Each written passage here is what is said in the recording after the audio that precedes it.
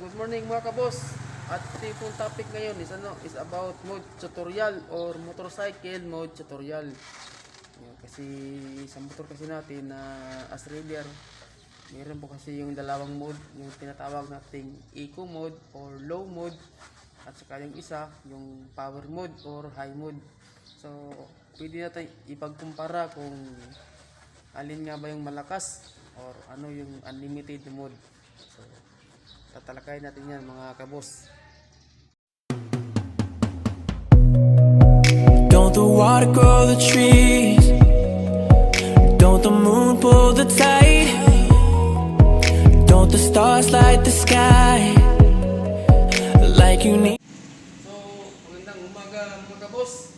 Yung topic po natin ngayon is about mode tutorial. So, sa motor kasi na to, na-release dalawang mode po tayo ngayon.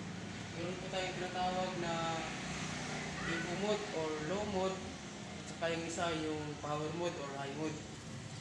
At ito, isit natin dito sa sa panel. Mag-set tayo ng low mode.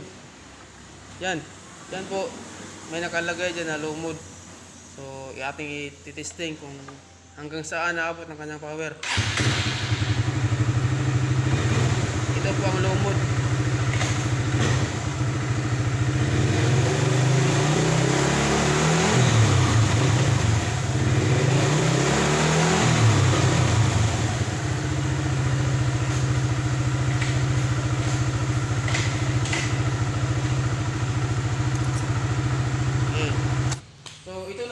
Ito naman po yung pangalawa. Kanina yung ipinakikita po natin yung low mode.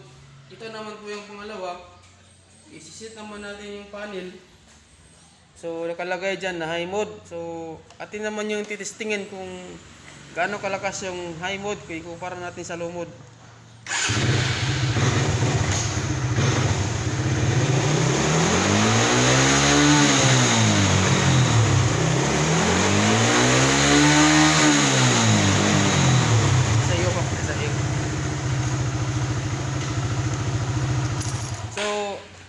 Nakita niyo na mas malakas yung power mode ikumpara natin sa low mode, kasi sa power mode kasi nag-i-exist siya ng 8,500 RPM bago siya mag-ilaw.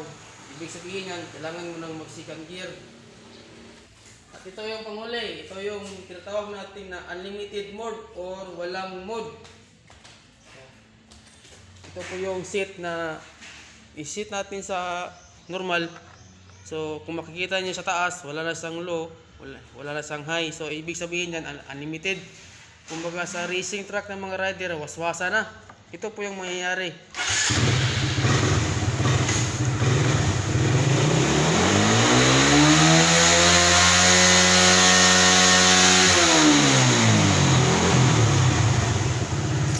So, nakita natin, yung kanyang RPM, umabot na sa red line.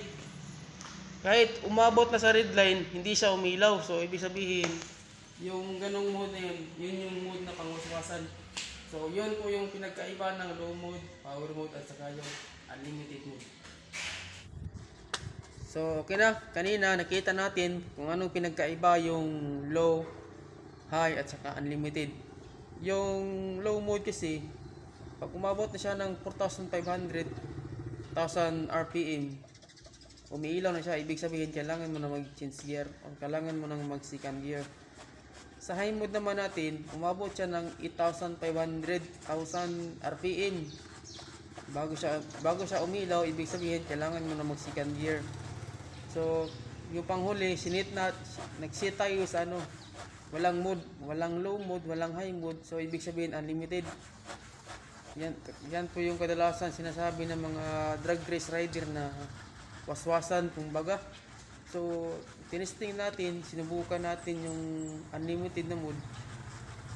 Yung yung palo niya umabot na sa red line. So, ibig sabihin, yan yung mode na pangwaswasan. Kahit umabot na siya sa red line, hindi siya umilaw, ibig sabihin, yan po yung mode na pangwaswasan. So, maraming salamat sa pagtangkilik sa ating munting channel mga kabos. Maraming salamat.